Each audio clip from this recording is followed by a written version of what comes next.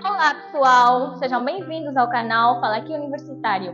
Hoje nós vamos entrevistar um estudante universitário do curso de Administração de Empresas. Então, hoje nós vamos falar sobre o impacto da subida do combustível na sociedade angolana. Para mais, vocês têm que ficar ligados.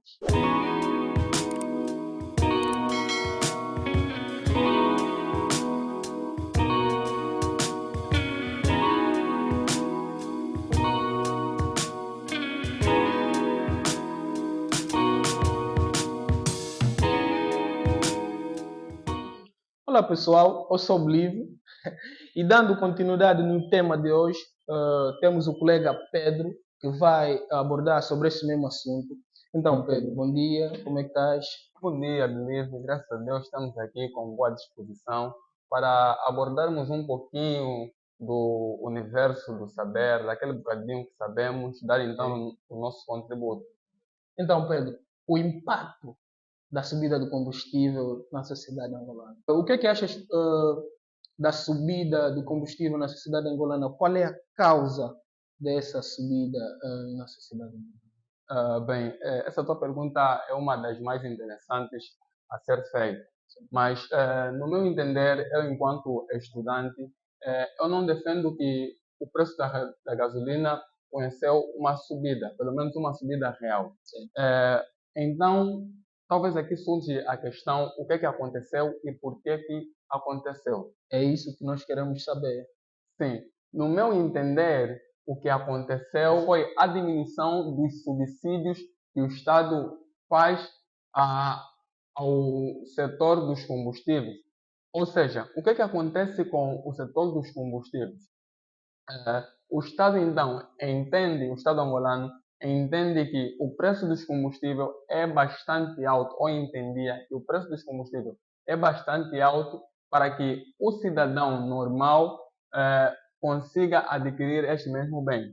No entanto, o Estado subvenciona esse mesmo combustível, subvencionando então o preço nominal do combustível vai aparentar ser mais baixo. Na realidade, o que aconteceu é que o Estado entendeu que neste momento já não é tão necessário assim fazer essa subvenção. Então, o Estado está diminuindo gradualmente aquilo que são as subvenções nos combustíveis. Na verdade, não é uma subida do preço do petróleo, por quê? Porque se fosse uma subida do preço do petróleo, uma subida real, nós não veríamos propriamente o governo, na pessoa dos ministérios, a vir e anunciar a subida do preço do combustível. Porque se realmente fosse o preço do combustível a subir, veríamos, por exemplo, uma Sonangol ou uma Total a anunciar a subida de preço. Mas vimos que é o Ministério a anunciar. E quando o Ministério anuncia, ele é claro em dizer que a diminuição dos subsídios. Agora, por que que isso aconteceu? Será que é bom? Será que não? Ora, repara, normalmente numa economia, os preços devem ditar, ou eu entendo que os preços são um indicador da qualidade da nossa economia. Certo, certo, certo. Os preços, na verdade, é que ditam, é um indicador que nos mostra como vai o andamento da economia. Então, quando você subvenciona os preços, se a tua intenção, na verdade, a subvenção nos preços é com o intuito, ou melhor, a subvenção de uma forma geral é com o intuito de ajudar aqueles que têm menor capacidade de adquirir um bem ou um serviço. Mas, embora se discuta se realmente essa é a maneira mais eficiente ou não de o Estado vir proporcionar qualidade de vida, mas essa é uma das maneiras existentes. Então, quando o Estado faz isso, ou quando o governo faz isso, temos que estar conscientes que ele não ajuda só os que estão necessitados, mas também aqueles que realmente têm condição. Um ponto. E outro ponto, se repararmos que de um tempo para cá temos ouvido muito contrabando de combustível. Isso porque, a nível da SADC, nós somos um dos países, até o momento, com o preço do combustível mais baixo. Isso significa que o Estado, de certa forma, tem ajudado aqueles malfeitores que tiram o combustível daqui sem pagar qualquer taxa ao Estado e levam para lá na vizinha RDC, no Congo Democrático, para fazer então a sua venda e reconhecimento sem causa. Diga aí, Pedro, é do interesse da sociedade a inflação do combustível? Bem, eu acho que, de certa forma, como eu já respondi, que não houve uma alteração de forma direta no preço No do preço do combustível, combustível? pelo menos no preço real do combustível. É. Então, primeiro, não estamos perante a uma inflação.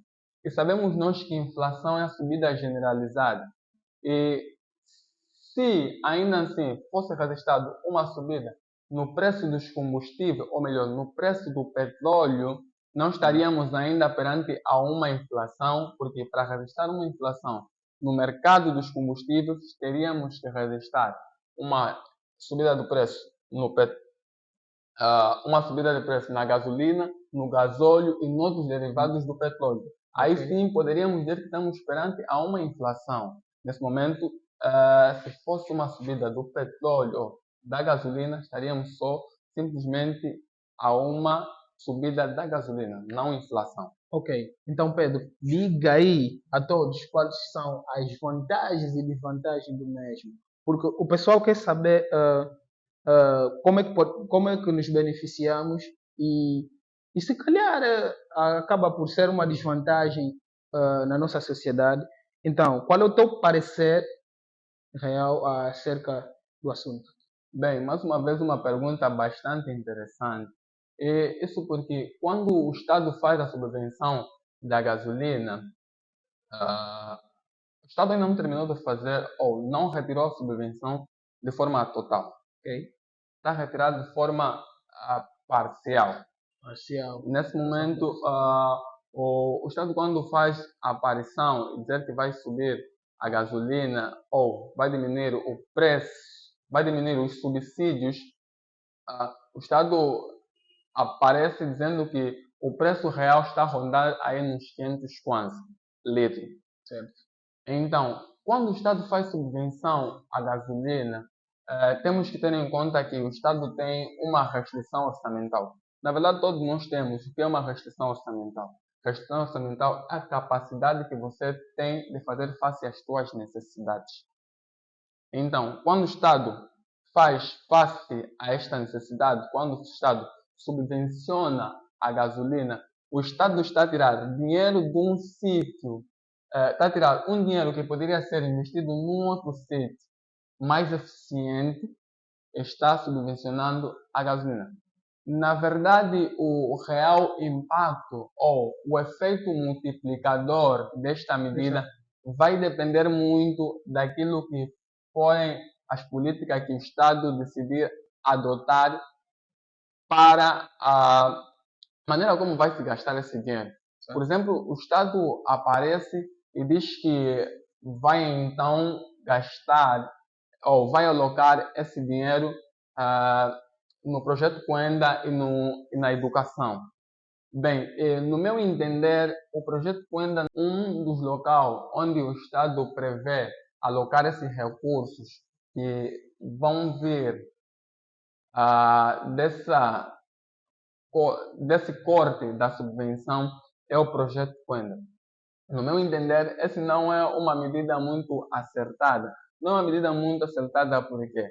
Porque este projeto tem a intenção de ajudar as pessoas mais carentes. E eu ainda entendo que numa economia de mercado, quando tem muita pobreza, significa que as condições ou as políticas adotadas no mercado não são das melhores para potencializar aquela sociedade. Então, não seria por subsídios que essa sociedade vai melhorar a sua qualidade de vida. Porém, eu acredito que o Estado deveria criar políticas não necessárias para desenvolver a capacidade intelectual do povo, porque o nosso povo é um povo que tem talento, o nosso povo é um povo que tem vontade. Então, existe a necessidade do governo estimular essa capacidade, do povo. Então, esse é um ponto. O outro ponto, o Estado fala que vai investir na educação. Um ponto muito interessante, porque não existe nenhum país no mundo, ou pelo menos não conheço nenhum país no mundo que conheceu o desenvolvimento sem investimento na educação. Mas esse investimento na educação tem que ser um investimento de forma eficiente. Quando eu digo de forma eficiente, é um investimento na educação que potencializa a investigação científica. Ok, diga-nos aí, Pedro, por que o governo angolano, nosso governo bonitinho, por que ele aposta mais no petróleo? Diz aí ao nosso pessoal, o pessoal quer saber por que o governo angolano aposta mais no petróleo em relação aos outros. Bem, deixa eu ver se eu entendi a sua pergunta. Certo? Então, por que o governo angolano aposta mais no petróleo? Porque temos vários recursos naturais. Por que é só o petróleo que eu acho que é uma prioridade do governo angolano? O que me parece é que existem vários porquês desta razão. Então, Mas diga-nos o porquê. eu entendo que um dos porquês é vontade política. Okay? Não existe vontade política de diversificar a economia, por um lado. E, por outro lado, é o nosso modelo econômico. O modelo econômico que o nosso governo desenhou não nos permite desenvolver para as outras áreas. E, na verdade, também nós temos um modelo econômico de vai onde está melhor. Somos bem ricos. Então, primeiro é dizer que nós não somos efetivamente ricos. Nós temos potencial para ser ricos. Para que chegamos à riqueza é necessário transformação dos recursos. É necessário mão de obra. É necessário capacidade intelectual que vai fazer então com que esse recurso se transforme em qualidade de vida do cidadão. E, por outro, por que nós só vamos petróleo? Isso porque um dos grandes motivos é que nós não criamos estrutura para tal. Até mesmo com o petróleo, se reparares, nós não criamos a estrutura para com que essa exploração do petróleo se reflita na nossa qualidade de vida. O que nós fizemos? Nós exploramos, vendemos para comprar novamente aquilo que são os derivados. Sim. Isso não é uma forma muito interessante de transformar aquilo que são os nossos potenciais para, evidentemente, nos tornarmos ricos. Então, os motivos acredito serem diversos. Por isso que dizem que se Angola for rico em recursos naturais, o pessoal diz sempre que faz sempre uma abertura como se o petróleo é a principal prioridade do governo angolano. Dizem sempre Angola é rica em petróleos. E essa cena aí fica assim. Bem, isso resulta daquilo que foi a visão política que nos passaram.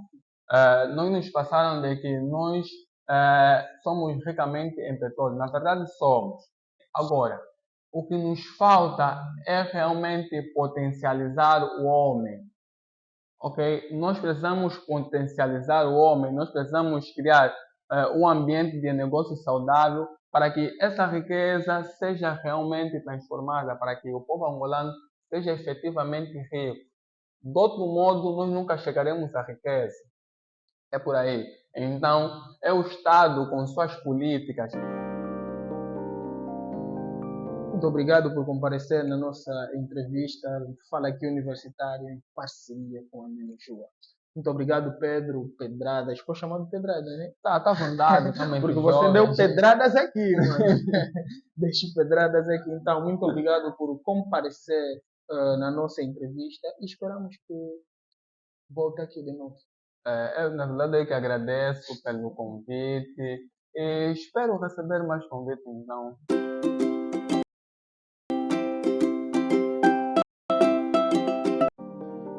Bom, estamos a terminar mais uma entrevista. Então, a entrevista foi boa, Blito? Epa, o Pedro me deu pedradas aqui, não vale a pena. Mas foi uma entrevista boa, aprendi muito com ele.